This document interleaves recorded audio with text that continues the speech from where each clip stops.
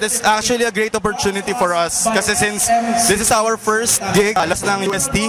We're from UST, University of Santo Tomas, Faculty of Engineering.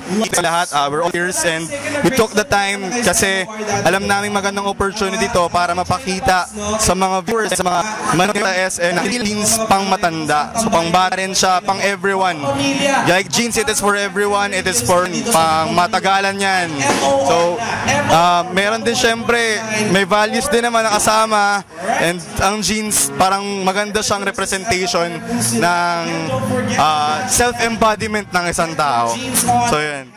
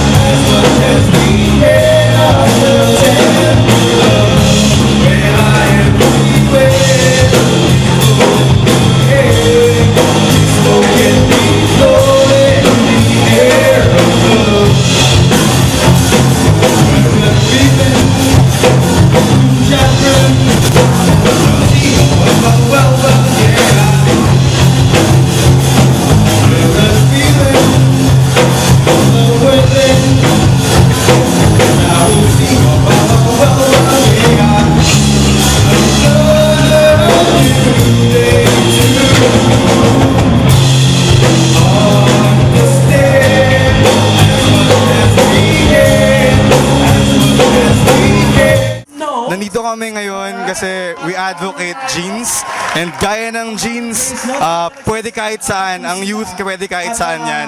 Walang boundaries and everything. Jeans.